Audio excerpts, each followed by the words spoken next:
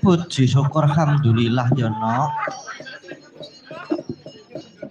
Dene bengi cak dhewe sekanca kelakon suran ana ing desane dhewe no. Ya kuwi mapan ana ing pendopo Serut Sewu utawa dapur Bunda. Iya, Mak.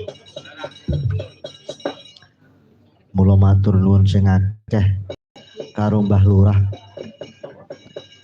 Dene bengi cak dhewe wis disilinggon kanggo pentas ya, Mak. Iya, Nduk. Dasare papan yo jembar nganar-anar ning yo mosok mung disilinggon tok, Nduk. Ya ora, Mak.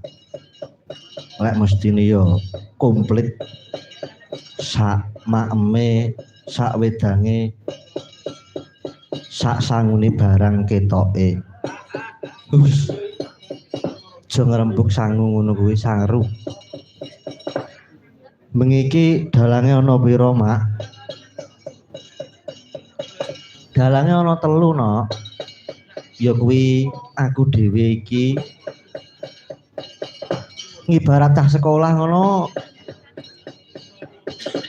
Aku iki lagi kelas TK no. Kelas TK Mak iya. Lah sing angka 2 sapa, Mak? Sing angka 2 ku ya Masku, Mas Andika Guno Carita. Mas Dika niku daleme griyane bringin. Bringin, Mak iya. Sing nomor 3 sapa, Pak?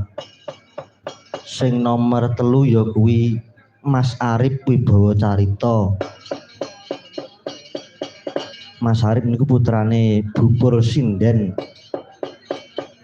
Kuwi ngibarat wong sekolah ngono wis dosen no. Ibu-ibu dosen.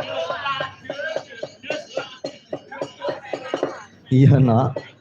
Ora liwat ayo melu ndedonga.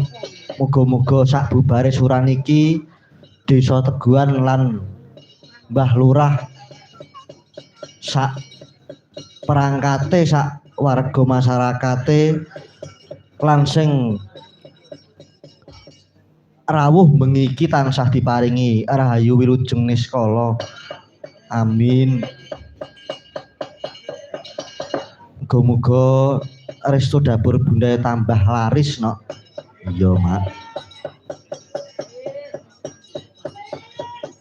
Wis gek banter men gek tek kenalan karo mbak-mbake sing ayu dhewe iki no. Sapa, Mak? Ya ditekoki tok sitok. Dicepeng, Mbak. Piye? Sing pinggir dhewe mriki.